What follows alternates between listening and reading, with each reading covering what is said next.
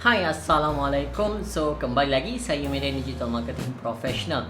So, dalam video lepas kita dah buat berkaitan, kita dah buat Google Form. Okay, kita bawa form dan kita telah buat satu form untuk database pelanggan.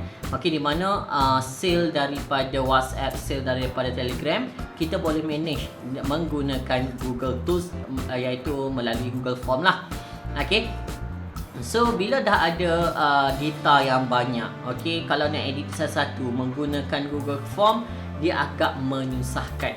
Okay, kalau 1-2 data tak ada masalah. Bayangkan kalau ada 1000-2000 data, okay, yang telah kita key in menggunakan Google Form tersebut.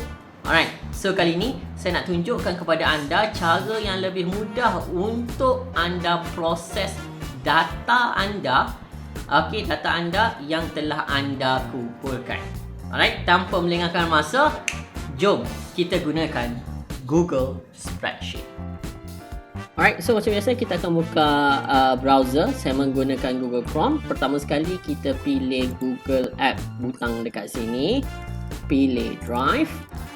Alright, so untuk kali ini saya akan menggunakan form Google Form yang kita telah buat dalam video sebelum ni. Okay, so saya pergi kepada folder Form. Okay, yang mana terlepas video tu boleh tengok balik video tu dekat link dekat bawah. Alright, so di sini kita ada akan menggunakan form database pelanggan. Okay, so daripada sini kita akan convert kepada apa? Kepada kita punya address book, kita punya contact database yang besar. Okay, so tekan pada form dekat sini. Saya double klik saja untuk kali ni. Alright, so daripada sini kita dah ada lebih kurang 5 respondent. Okay, 5 responses.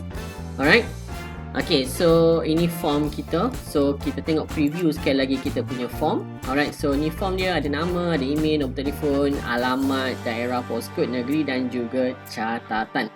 Alright, so dekat sini dah ada 5 respondent. So macam mana kita nak edit ke, kita nak tambah info ke? Kalau nak edit satu-satu bukan tak boleh. Okey.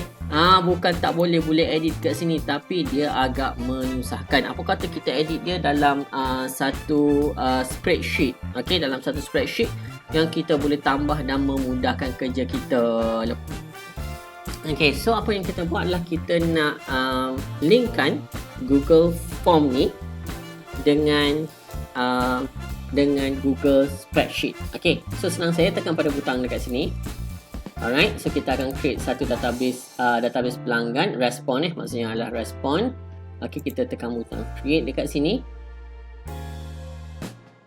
Dan sekiranya ada dekat sini anda nak tukar nama file, boleh tukar dekat sini. So segala data yang ada daripada Google Form akan muncul dekat sini. Okay, di mana kalau anda nak edit, boleh edit macam alamat ni. Tak nak alamat lah, ni adalah Tower C.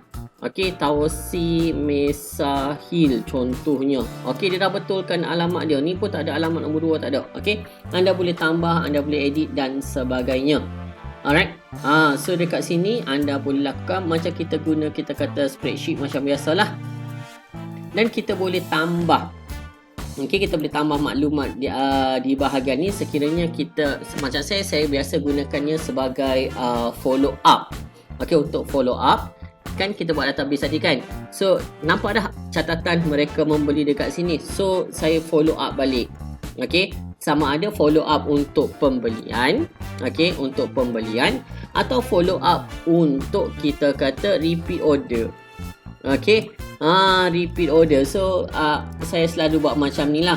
Alright, so bila follow up, saya akan masukkan bila dia nak repeat order dan sebagainya. Saya letakkan tarikh lah, supaya tarikh yang kat depan tadi tu, okay, tarikh yang kat depan tadi tu, contohlah bulan 2, bulan 12 bulan macam tu, contohnya repeat order.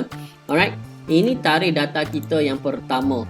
So dekat sini tarikh untuk database yang kedua lah. Okay, sometimes tu time saya rajin, saya buat time. Okay, saya buat date time lah. Saya buat date time. Alright, so saya update asing-asing. Okay, so follow up kali pertama, follow up kali kedua, semua anda boleh tambah. Tak kisahlah nak tambah apa dekat belakang ke, atau anda nak update database. So database ni juga anda boleh update secara macam kita guna sheet biasalah. Alright. So apa yang best tadi, macam daripada Google Form, okey, macam daripada Google Form tadi ni, anda nak tengok data summary semua boleh tengok dekat sini je. Okey. Alright. So nak masuk dalam laptop tak boleh. Alright. So bila dah dekat spreadsheet macam ni, anda dah edit, anda dah betulkan semua ni, anda boleh download.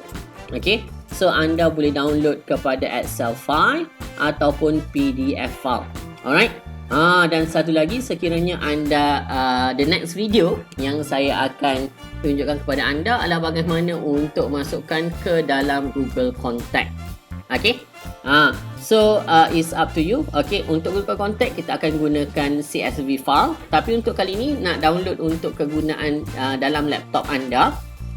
Okay, maksudnya anda nak proses lagi ataupun nak submit untuk filing anda sebagainya, kita download sebagai Microsoft Excel. So dia akan download di sinilah. Okay, dah settle, senang kan? Alright. Dan anda kena ingat satu lagi function, kenapa kita linkkan form dengan Google Spreadsheet ni. Satu benda lagi adalah bila ada entry yang baru, contohnya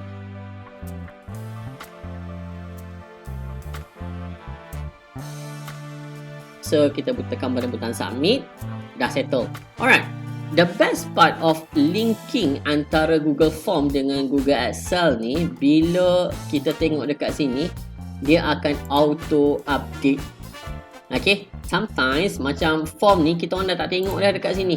Okay, dah auto update kan. Kita akan sentiasa tengok dekat Google Spreadsheet ni. Sebab apa? Google Spreadsheet ni senang, kita boleh update, kita boleh edit dan sebagainya. Dekat form boleh tapi menyusahkan. Dekat ni kita boleh lagi macam ni, salah tulis kan. Salah tulis, tak nak ni, salah tulis ni. Okey. Gmail. Dia salah tulis, kita boleh betulkan. Alright. So itu adalah antara kelebihannya lah. Kelebihan bila kita combinekan kita punya Google Form dengan Google Sheet. Tu dia. Alright, menarik kan? Okay, sometimes dia agak kita kata technical, tapi tak ada masalah. Sekiranya anda ulang-ulang balik video ni, insyaAllah anda boleh berjaya. Alright, belajar sesuatu? Tinggalkan komen dan jangan lupa untuk subscribe.